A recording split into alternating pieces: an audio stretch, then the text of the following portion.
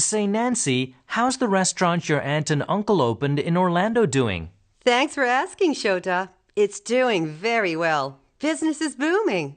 My aunt and uncle not only survived the worst natural disaster ever to hit Puerto Rico, but to paraphrase a verse from my favorite poet, they are now thriving with passion, compassion, and humor. That's great.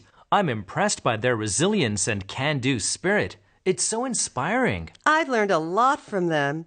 Hearing them describe how they struggled after that horrible disaster made me decide to become something of a prepper. Oh no, don't tell me you've become some sort of doomsday cultist waiting for Armageddon. No. That may be the stereotype. But preppers are mostly ordinary people who try to be ready for anything that may come their way. That includes natural disasters and other unforeseeable and uncontrollable events. Like the Boy Scouts say, be prepared. Yes. I understand there are people who are preparing for extreme events like nuclear war, solar flares, or an eruption of the Yellowstone caldera.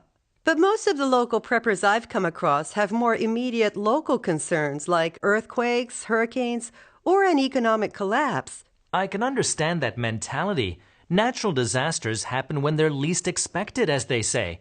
In Japan, we're always facing the possibility of earthquakes, tsunami, volcanic eruptions, and typhoons. In fact, September 1st is Disaster Prevention Day in Japan.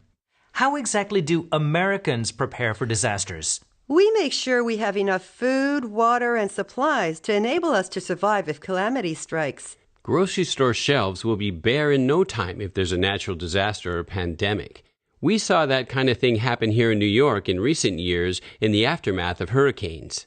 Once those shelves are bare and empty, it'll be everyone for themselves. Clean drinking water will be at a premium. Must-have items like first aid supplies will probably be in short supply if disaster strikes. And, of course, you must know the basics of first aid. Yes, I've taken courses in basic survival methods with other prepper wannabes. You also need to keep a number of other vital supplies on hand. Flashlights, batteries, matches, and toiletries are standard items. Other key items can include an emergency radio, a map and compass, and a water filtration system. It's useful to locate secondary sources of water nearby that you can use in an emergency like ponds or creeks and learn how to safely filter and purify water for drinking purposes. In Japan, we're taught not to throw out bath water after using it, so it can become a last resort for drinking water after purification. By the way, I recently went shopping at a major retail chain that sells survival food kits. They ranged in price from $1,000 to $6,000 and included a mix of grains, fruits, vegetables, proteins, and dairy products. The most expensive kit contains 600 cans of food and can feed 4 people for a year. I've heard of these food kits. They're quite an interesting niche market. But just how long are these food products good for? Many of the items have a 25-year shelf life, such as the freeze-dried broccoli, green beans, corn, and dehydrated apples. Others, like the instant lentils and instant black beans, can last up to 30 years. Beans in particular are full of calories and extremely nutritious. It's a good idea to stock up on dried beans and rice. Most Japanese households have a survival kit in order to be prepared for a major earthquake. It's stocked with all the basic necessities you need to stay alive and safe until the emergency situation is over and things start to get back to normal. Besides making sure you've covered all the bases when prepping your survival kit, it's crucial to have an emergency contact list.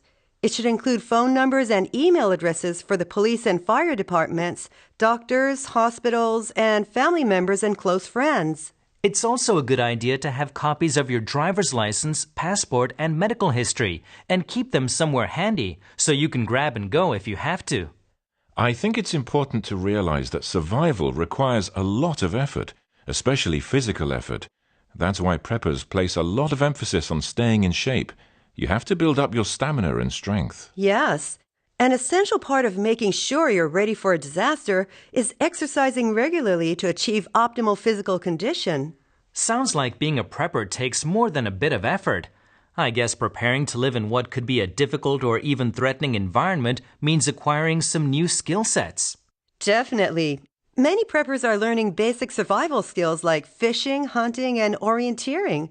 Learn to garden and grow some food. It's also good to go camping and learn to sleep outdoors. Learn how to bake pancakes on an open grill. Which plants are edible? The list is endless. That sounds like it could be fun, actually. It can be. Some of the preppers get the whole family involved and make it a kind of weekend hobby activity. In Japan, each neighborhood has a designated disaster evacuation area.